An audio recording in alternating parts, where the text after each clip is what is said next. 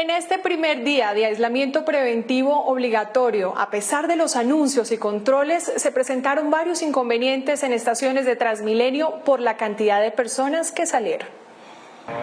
Se reportaron represamientos en varias estaciones de Transmilenio en Bogotá, también en Soacha. La gente por haber compartido ya la tira. La presencia de numerosos usuarios, quienes manifestaron que debían ir a trabajar y había disminución en las rutas, hizo que esta congestión se prolongara por más de una hora.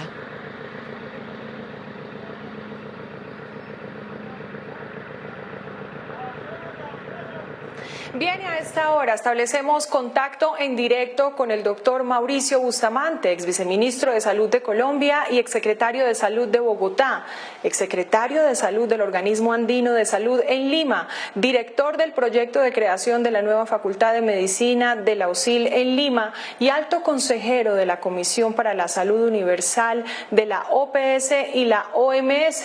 Él se encuentra actualmente en Lima. Doctor, gracias por recibir nuestra llamada y bienvenido a Capital. Gracias, Lina, por comunicarse. Un placer estar en Canal Capital en estos momentos. Doctor Bustamante, ¿cuál es su análisis frente a las medidas que se han tomado en Bogotá y en Colombia frente a la pandemia? En una pandemia la clave está fundamentalmente en anticiparse con oportunidad en cada uno de los momentos de su desarrollo. Por ejemplo, en la primera fase, que era necesario concentrar esfuerzos en la vigilancia epidemiológica activa, en informar a la población, a impulsar acciones preventivas y hacer detección temprana de casos en aeropuertos y en lugares donde se pudieran detectar casos importados. Esa etapa ya pasó y habrá que hacer un análisis en el futuro si fueron oportunas o no las medidas. En la segunda fase, cuando ya estaban detectados los casos importados, era necesario hacer una intensa contención a través del cerco epidemiológico de esos casos. En ese punto, creo que nuestros países en general son muy frágiles y era previsible que rápidamente se pasaría a la tercera fase de propagación local, es decir, a la transmisión comunitaria ya en el territorio. Por eso era tan necesario cuanto antes iniciar el aislamiento obligatorio. Se puede utilizar el aislamiento voluntario, pero no es suficiente. Podría ser útil, aún sin llegar al 10% de los casos, que es un criterio que se utiliza técnicamente de transmisión local, el 10% de los casos de transmisión local. Algunos gobiernos, como el del Perú, optaron por declarar la cuarentena obligatoria antes de tener ese 10%. Otros países han optado por otros caminos.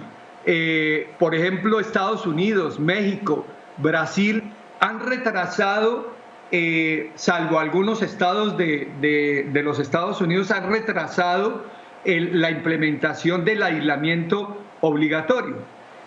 Hoy estamos al 10º día de la intervención en el Perú con el aislamiento obligatorio. Y ha sido una medida que yo creo que ya arroja unas enseñanzas importantes. Estados Unidos, por ejemplo, pasó de tener 100 casos en los primeros días del mes y ya va a llegar a cerca de 60.000 casos. Eso implica que el aislamiento obligatorio sí es un instrumento importante para la contención de la propagación del virus. Doctor Bustamante, desde su alta experiencia en el manejo de recursos destinados a la salud, ¿cuál debe ser la hoja de ruta en Colombia? ¿Cuáles son las prioridades que se le deben dar en nuestro país a los recursos que se están obteniendo resultado de estas declaratorias de emergencia? Pues para enfrentar una crisis como la que se ha presentado, se requieren decisiones múltiples en diferentes aspectos, en la dimensión social, en cómo garantizar los elementos fundamentales para la sociedad, para el normal funcionamiento de las actividades diarias, etc. Pero desde el punto de vista de salud, yo creo que hay dos temas centrales. La primera es la masificación de las pruebas diagnósticas adecuadas. Eso es muy importante en este momento que ya se declaró el aislamiento obligatorio en Colombia. En este momento hay que concentrar esfuerzos en la masificación de pruebas diagnósticas adecuadas. Y digo pruebas diagnósticas adecuadas porque aquí hay una gran discusión en el Perú de ¿cuáles son las pruebas que hay que adquirir? Hay que lograr una adecuada combinación en que sean pruebas rápidas, pero que logren detectar realmente no los anticuerpos que se producen ya tardíamente, sino que sean pruebas moleculares que den con objetividad el estado de contaminación que hay en la población. Eso nos permitiría hacer un foco exacto y hacerle el seguimiento a cómo se está comportando el virus. Y la segunda, yo creo que esa etapa de concentrarse en el fortalecimiento de las unidades de medicina crítica en el país. Colombia tiene más o menos una buena respuesta en la creación de unidades de cuidado intensivo, pero van a ser insuficientes. Yo creo que tiene que hacer un gran esfuerzo en fortalecer las unidades de medicina crítica. Y justamente frente a esto que usted nos menciona, ¿estaría entonces Colombia preparada para esta pandemia? ¿Su sistema de salud está preparado para atender los casos que podrán llegar en los próximos días? Yo creo que lo que está demostrando el mundo es que ningún sistema de salud está completamente preparado. Requiere un plan especial que cubra diferentes aspectos.